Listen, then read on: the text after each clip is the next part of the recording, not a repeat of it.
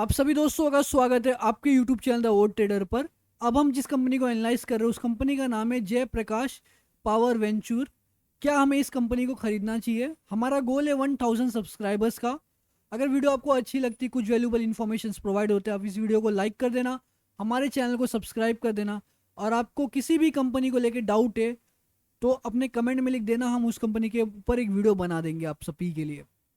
तो दोस्तों अभी वीडियो हम स्टार्ट करते हैं। वीडियो बनाने का मोटिव इतना है कि आपको बेस्ट बाइंग लेवल बताना, किस तरीके से हम इस बियर मार्केट में सिस्टमेटिक इन्वेस्टमेंट करके अपने पोर्टफोलियो क्रिएट कर सकते हैं। तो दोस्तों सबसे पहला हम आते हैं जयप्रकाश पावर वेंचर पे मंथली टाइम फ्रेम पे। तो अब मंथली टाइम फ्रेम पे क्या देख सकते हो, इस कंपनी ने एक हाई क्रिएट किया है। सबसे पहला एक हाई क्रिएट किया, उसको मार्क कर लो आप। अब एक स्विंग लो, आप ध्यान दो स्विंग लो कहाँ पे आपका, स्विंग लो आपका इन लेवल्स पे, इन लेवल्स को मार्क कर लो। तो लो से लेके ये हाई मार्क कर लिया आपने, ये हाई मार्क कर लिया। अब ये लो हो गया आपका, सिंपल रखना है, ये लो हो गया आपका। हाई और लो आपने दोनों मार्क कर लिया, ठीक है। हाई और लो आपने दोनों मार्क कर लिया। जयप्रकाश पावर वेंचुरा इस कंपनी में आपने हाई और लो दोनों मार्क कर लिया। अब आपको क्या देखने को मिलता है,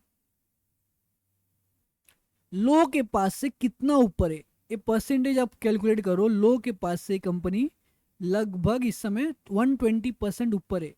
लो के पास से कंपनी 120% ऊपर है, मतलब अगर आप इन लेवल से बाय करते हो तो लगभग आपको 50% का लॉस देखने को मिल सकता है इस कंपनी में। अगर ये कंपनी में फॉल आता है तो इस कंपनी में लगभग 50% का आपको लॉस देखने को मिल सकता है। एज पर दिस कॉन्सेप्ट, ये जो कॉन्सेप्ट होता है हमारा, इस कॉन्सेप्ट को हम कहते हैं बाय एट लो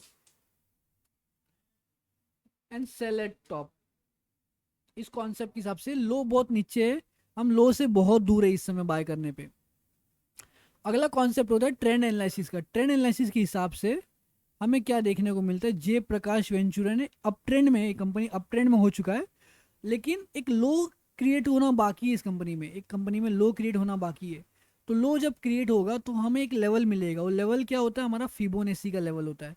सो आप क्या कीजिए, आप लो से लेके हाई तक मार्क करते हो तो आपको एक लेवल मिलता है, वो लेवल होता है आपका 0.68 का, 12.43 रुपीज़। तो आपको जो दूसरा पहला बाइंग लेवल मिल के आ रहा है वो बाइंग लेवल 1 ये है आपका, और बाइंग लेवल 2 लगभग ये है बन के आ रहा है आपका, ठीक है।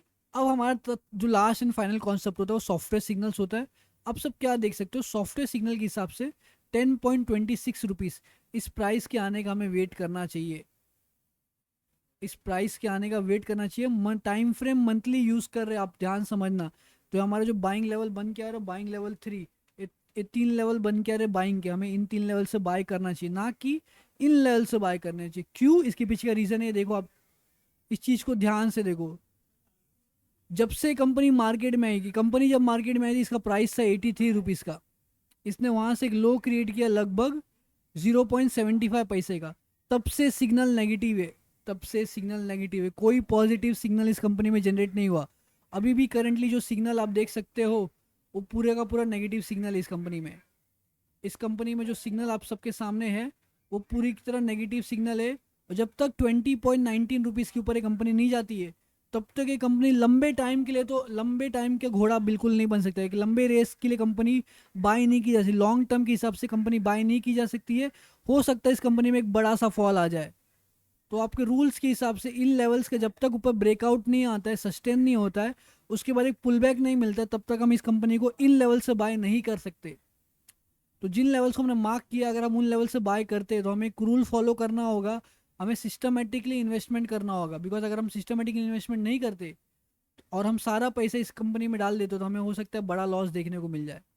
तो हमें बड़ा लॉस नहीं चाहिए, हमें सिस्टमेटिकली इन्वेस्टमेंट करना है।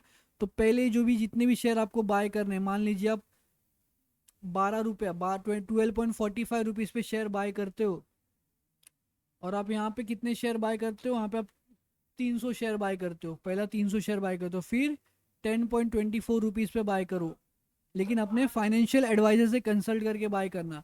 यहाँ पे भी सेम क्वांटिटी होना चाहिए 300। अगला जो बाइंग होना चाहिए आपका 8.44 रुपीज़ का होना चाहिए। तो 8.44 रुपीज़ पे आपको क्या करना है, आपको लगभग यहाँ पे 600 शेयर बाय करने होंगे। लगभग यहाँ पे 600 शेयर बाय करो, ताकि आपका जो एवरेज होना चाहिए वो एवरेज एक लेवल पे आना चाहिए आपके पास। 1200 शेयर होना चाहिए आपके पोर्टफोलियो में, उसका प्राइस होना चाहिए 9 रुपये के आसपास, एवरेज मिल जाएगा, 11,000 का आपका इन्वेस्टमेंट होगा। लेकिन अगर ये रिटर्न यहाँ से रिवर्सल आपको मिलता है इन लेवल्स के आसपास से, तो आपको फिर भी 200% का रिटर्न मिलेगा। तो आप इन लेवल से बाय नहीं करोगे, आप वेट करोगे, पेशेंस दिखाओगे लोअर लेवल्स पे आने का, क्योंकि बियर मार्केट में सब कुछ पॉसिबल है, ये बड़ा फॉल पॉसिबल है, जेपी पावर में बड़ा फॉल आ सकता है। तो दोस्तों इस वीडियो को एंड करते हैं हम यहाँ पे। आपको वीडियो अच्छी लगी तो लाइक कर देना, हमारे चैनल को सब्सक्राइब करके, हमारा गोल है 1000 सब्सक्राइबर का, उसको पूरा करवा देना। Thank you.